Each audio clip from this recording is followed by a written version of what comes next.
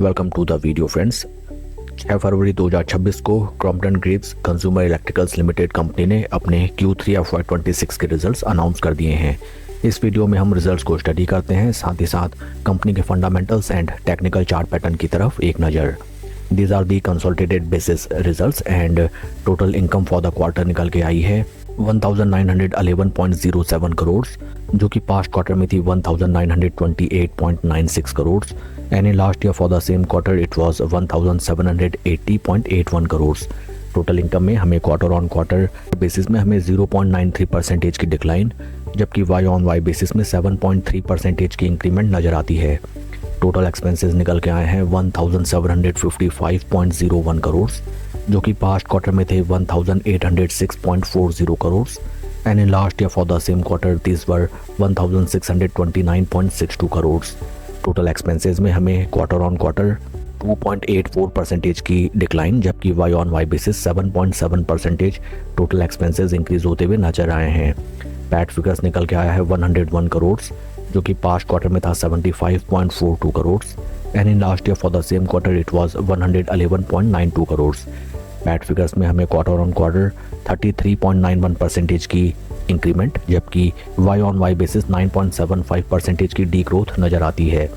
EPS figures निकल के आए हैं ₹1.53 फॉर द क्वार्टर, जो कि पास्ट क्वार्टर में था ₹1.11 and in last year for the same quarter it was ₹1.71। Overall अगर हम रिजल्ट्स को देखें, results are flat on sequential quarter on quarter basis. Company की top line sales and revenue figure is totally flat and due to control in total expenses segment company के PAT figures में हमें अच्छी खासी sequential quarter on quarter basis growth नज़र आती है, जबकि पैट फिगर्स में वाई ऑन वाई बेसिस में अच्छा खासा डेंट भी नज़र आता है। कंपनी के फंडामेंटल्स अगर हम देखें, right now stock is trading at a P of 34.18, जबकि इंडस्ट्री का पी है 45.43। इंडस्ट्री पी से अगर हम कंपेयर करें, Crompton Greaves consumer electricals limited company का स्टॉक हमें बेहतर वैल्यूएशंस में ट्रेड करता हुआ नजर आता है। Market cap of company is 15,766 crore and in recent past अगर हम शेयर का परफॉर्मेंस देखें, बीते एक साल में -32% एंड बीते 3 महीने में 12% का negative return.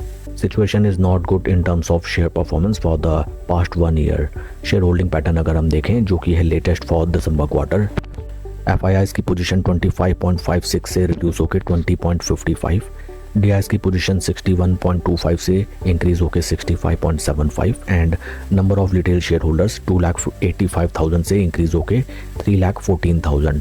Overall it can be said that FIIs ने अपना अच्छा खासा पोजीशन ऑफलोड किया है एंड डीआईएस एंड रिटेलर्स ने मोस्टली पूरा का पूरा स्टेक बाय किया है।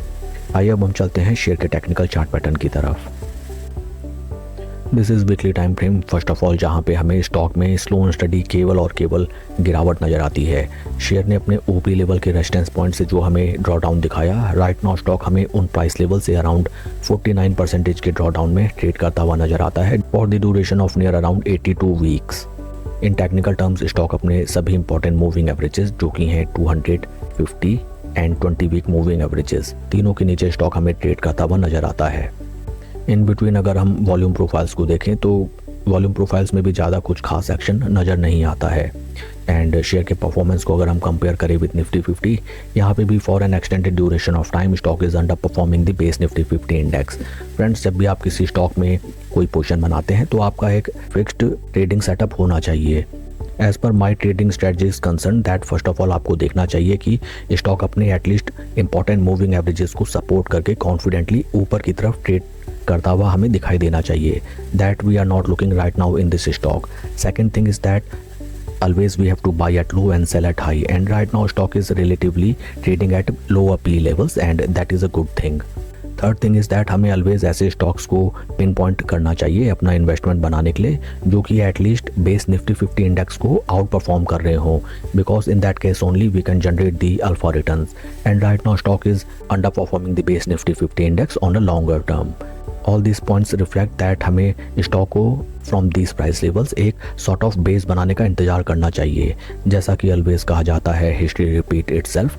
पास्ट में भी अगर हम देखें, स्टॉक में सेम कुछ ऐसा ही चार्ट पैटर्न हमें देखने के लिए मिला था and then over an extended duration of time को अगर हम कैलकुलेट करें to be precise it was near around 55 weeks.